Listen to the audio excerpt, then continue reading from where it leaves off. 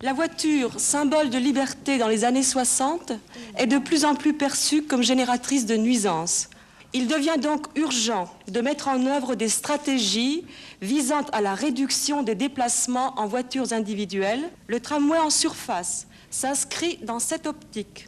Je pense très humblement qu'il faut un maximum de souterrain et que nous devrons y arriver et nous y arriverons. C'est long 2 ans quoi, de vivre dans une ville comme ça. En plus avec des travaux partout, faut le supporter quoi.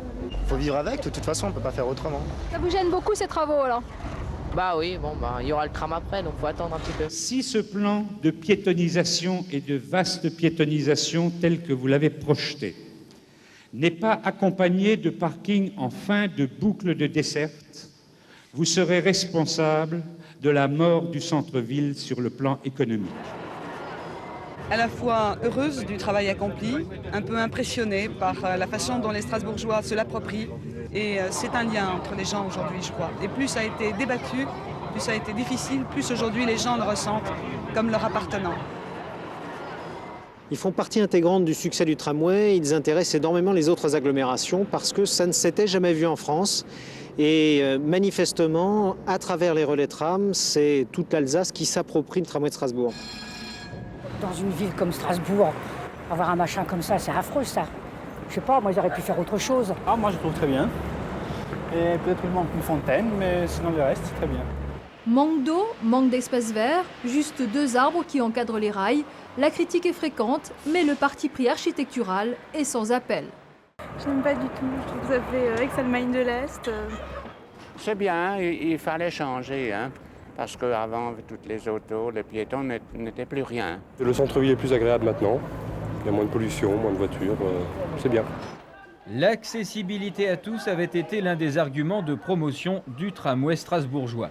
Les personnes handicapées qui manifestaient aujourd'hui reconnaissent les efforts en leur faveur, mais regrettent qu'une erreur de conception de la palette d'accès aux rames les prive de ce service public. Nous sommes des citoyens à part entière, nous travaillons, nous avons un job, nous avons des horaires à respecter. Donc nous voulons pouvoir accéder au tram comme les autres personnes. Aujourd'hui, il y a une expression, je dirais, de mauvaise humeur que nous devons entendre et qui renforce notre détermination à aller jusqu'au bout de la solution. Strasbourg s'est engagé par une charte ville et handicap, avec en ce qui concerne les transports, l'objectif d'aller au-delà de la réglementation.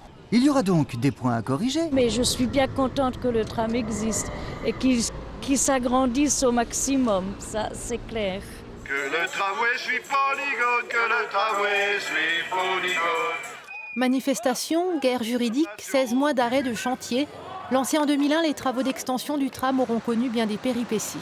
Au cœur des discordes, le tracé de l'extension de la ligne C, les inquiétudes autour des aménagements accompagnant ces prolongements et bien entendu le pont Winston Churchill, pour ainsi dire l'emblème des déboires du tram. Ça aurait pu se passer bien autrement, avec un minimum d'écoute, un minimum de dialogue. On aurait pu éviter effectivement beaucoup de retard. Un retard qui aujourd'hui laisse place à la joie de pouvoir utiliser les nouvelles rames. La station Churchill dote ainsi Strasbourg du plus grand réseau de trams en France. Le rôle de la collectivité, c'est pas de laisser les gens en plan, c'est pas de les empêcher de se déplacer, c'est au contraire de venir en accompagnement avec des solutions très concrètes pour chacun.